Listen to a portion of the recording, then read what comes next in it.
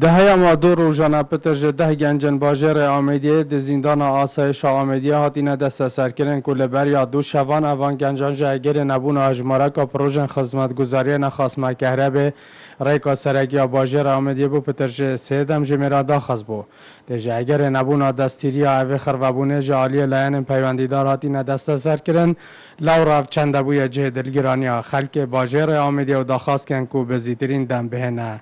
آزاد کرن. دي خربابونا جيرو الأوميديا دخوزي ما في خود كر بس مع الأسف شلوي دا صلوتي وهاتنا زندان كنو كات زندان كينات أسايش أوميديا وهم دخواست كين أف جنجت أوميديا آزاد ببن. از خود بینم که او خرابونه هات بوده لی چه تندو تجی و چه برزیل برانبری کسی نهاد بوده بتنی دخواز و مافی خود کرد باشه باید اگه از بین یعنی دخوازش لاینت پروندی داد کم کو زیتین دم افغانجا به هن بردان و جارا کدی بزرگ نواد چون دنگی آزادی لازم حساب صنایع نهتا بدن کردن دخواز آزاد کردن وان گنجال دکم اوین هاتی ندست سر کردن شلای آسایش آمیدیه و چون که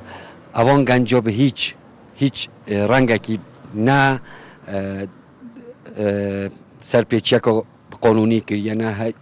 تکدان کریه نه چونه سر بارگاه که حزبی نه چونه سر بارگاه که حکومت تنها داخواز و مافن خو کریه اوجی که کمترین مافن و بردان و کهربه و پیدان و خدمتگزاری سنتر آمیدیه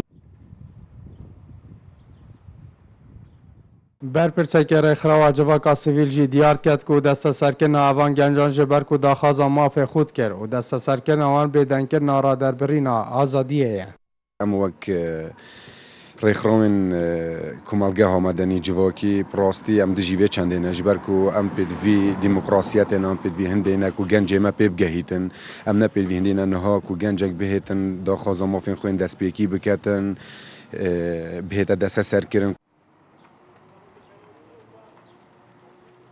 خلک باجر آمیدی چواره ایکت کن کلاین پیوندیدار به زیترین دمان گنجن دست سرکری آزاد بکن چکو بتنه وان داخوازی مافن خوین سرکی کرینه. اسام عبدالرحمن کانال بادینان ساد آمیدیه